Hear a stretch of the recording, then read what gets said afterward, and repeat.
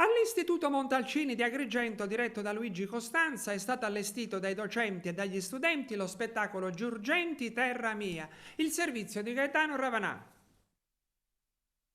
Guardo i templi che si raccoglievano solenni e austerità. Giurgenti Terra Mia è un omaggio alla nostra città, un racconto che unisce arte e memoria, folklore e tradizioni, storia e attualità.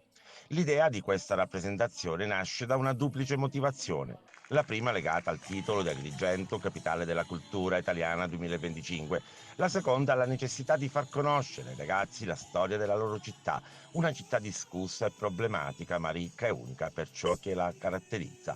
È stato un viaggio che ha provato a farli immergere nella tradizione non solo culturale, ma anche e soprattutto linguistica.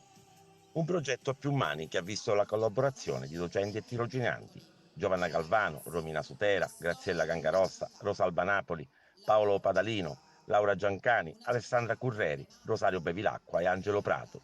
La scuola non è solamente impartire lezioni entro le mura di un'aula, ma è compito dei docenti quello di aiutare i ragazzi a crescere, a capire le loro inclinazioni e a fare gioco di squadra.